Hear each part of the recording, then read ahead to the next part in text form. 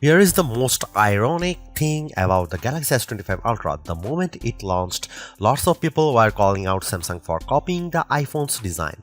But after testing this device, I actually think the S25 Ultra is the closest Samsung has come to convincing me to ditch my iPhone. The 6.9-inch display on the latest Ultra is brighter, the cameras are more versatile and arguably just better. And the S25 Ultra is packed with smarter AI features I wish the iPhone 16 Pro Max had, like the ability to perform multiple actions at once across apps using just your voice.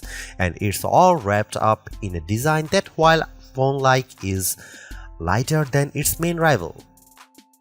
Samsung did cut some corners with the Galaxy S25 Ultra. The S Pen no longer has Bluetooth, and the newly added QI2 charging support forces you to buy a compatible case.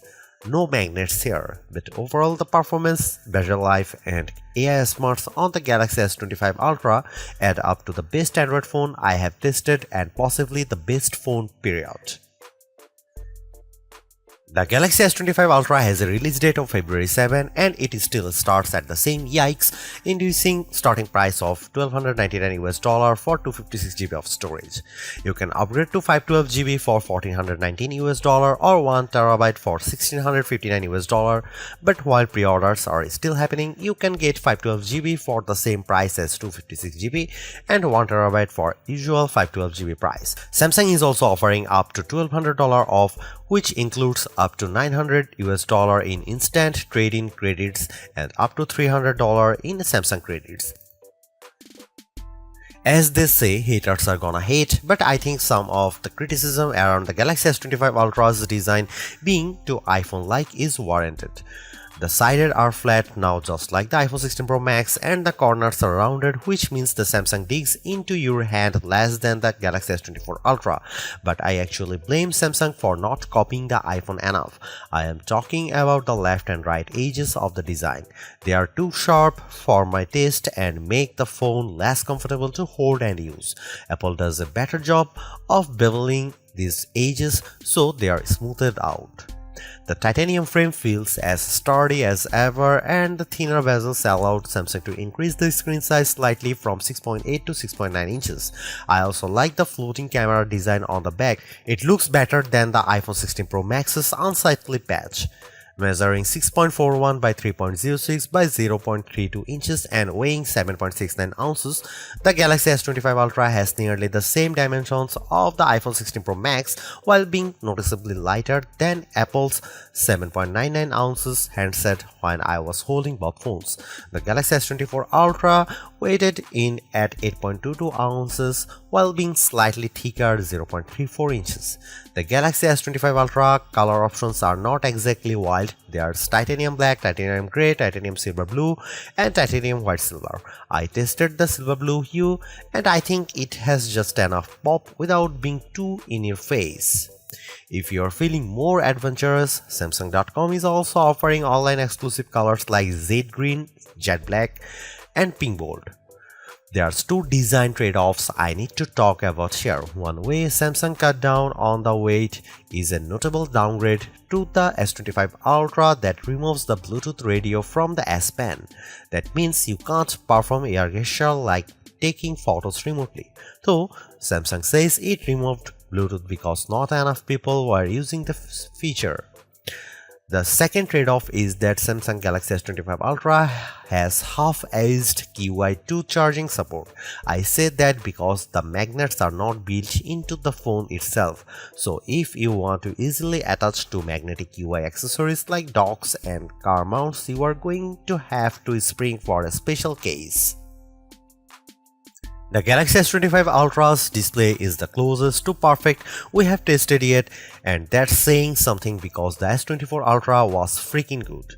The size has grown from 6.8 to 6.9 inches thanks to slimmer bezels, and that makes this an even more immersive canvas for movies, games, and more. While watching the trailer for Superman side by side with its predecessor, the Galaxy S25 Ultra's display was a bit more vivid and brighter than the S24 Ultra when viewed outdoors.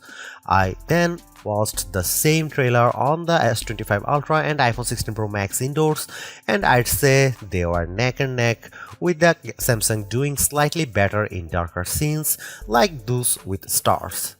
In our lab testing, the Galaxy S25 Ultra turned in a max brightness of 1860 nits.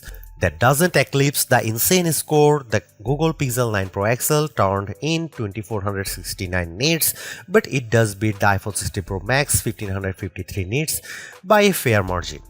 The Galaxy S25 Ultra also turned in better scores for color saturation, covering 128.1% of sRGB color gamut and 90.8% of DCI-P3 color space. The iPhone 16 Pro Max hit 114% and 80.9% respectively.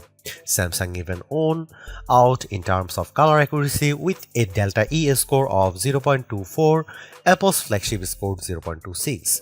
You can get even richer color if you set the Samsung display to vivid mode. The S25 Ultra's screen promises better durability too, though we have not been able to test it. It's made of Corning Gorilla Armor 2, which is designed to provide better drop protection and better scratch resistance. There is always that one feature that you want to show your family and friends when checking out a new phone, and with the Galaxy S25 Ultra, that's cross-app action.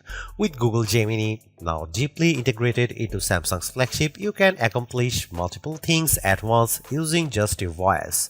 For example, I pressed the side button on the S25 Ultra and said look up the date and time of the Oscars, and I added to my calendar and then text it to Mike. The phone then looked up the info and I could see it connecting to Google Workplace to make the addition to my calendar. It then sent the text to my brother with the relevant info. That's pretty impressive, and it shows the potential of agentic AI on your phone. I also asked Google Gemini to look up the top 5 rooftop bars near me in New York City and then output the list to Samsung Notes, making sure to include the phone number and address for each one. Within several seconds, I had my list.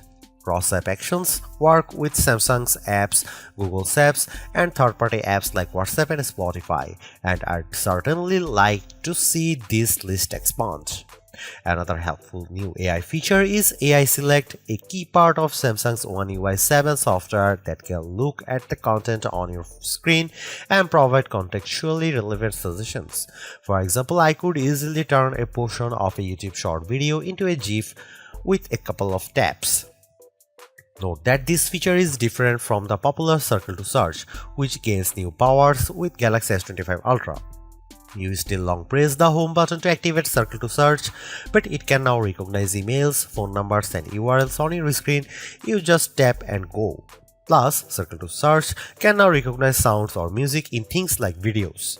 Personalization is another big theme with Galaxy S25 Ultra and One UI 7, and that comes with two major AI features. The first is Now Brief, which can give you a quick summary to start your day. You will be able to see the latest weather, your upcoming appointments, and the latest news at a glance, as well as suggested Spotify playlist. The idea is that Now Brief will get smarter over time as it learns more about you via what's called the personal data engine. Think of it as a personalized large language model. The Now Brief can also summarize things like the energy score from your Galaxy Watch, as well as show highlight photos from your day out. I'd like to give Now Brief more time to see if it lives up to its actionable insights promises, but at least during my testing, it was a bit too bare bones.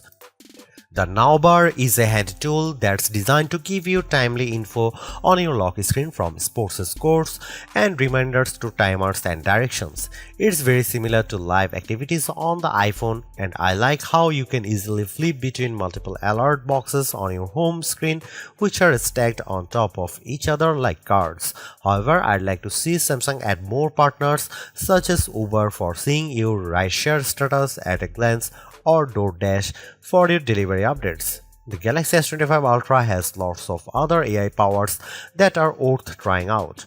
With the help of Google Gemini, I can ask about a video I am watching on YouTube and get quick answers to questions. For example, I asked Gemini to summarize the top 25 AI features announced during Unpacked, and the AI analyzed the video and came back with a list. That's pretty amazing. You can also ask questions about any photos on your screen. I pressed the side button and I asked about charts I saw in San Jose and found out that it's the Cathedral Basilica of San Joseph, which is an example of Romanesque revival architecture. So the S25 Ultra can easily be your tour guide. The Galaxy S25 Ultra doesn't offer much in the way of camera hardware changes. The key upgrade involves the ultra-wide sensor, which gets a boost from 12 megapixel on the S24 Ultra to 50 megapixel. This means better detail in your shots as well as the promise of sharper macro photos. Otherwise, you get the same 200 megapixel main sensor, 50 megapixel 5x telephoto, 10 megapixel 3x telephoto, and 12 megapixel front shooter found on Samsung's previous Ultra model. Here are some camera samples of Samsung Galaxy S25 Ultra.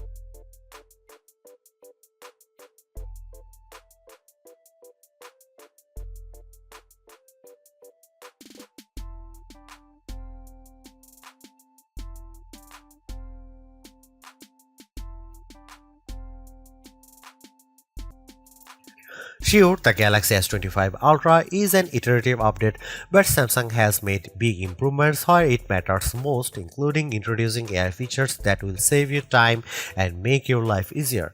The ability to perform actions across multiple apps at once using your voice has the potential to change how we interact with our phones forever. But it's clear that Samsung needs to add more partners both for this AI agent feature and for things like Now Bar. I am less impressed with the Now Brief, and I wish Samsung had included QI2 magnets in the phone itself so you didn't have to buy a case to connect to magnetic accessories. But overall, I really like the Galaxy S25 Ultra. Its AI smarts, vivid display, mostly top-notch cameras, super smooth performance, and long battery life add up to a very impressive flagship, so impressive that I am tempted to switch to Android myself. Thanks for watching, see you in the next one.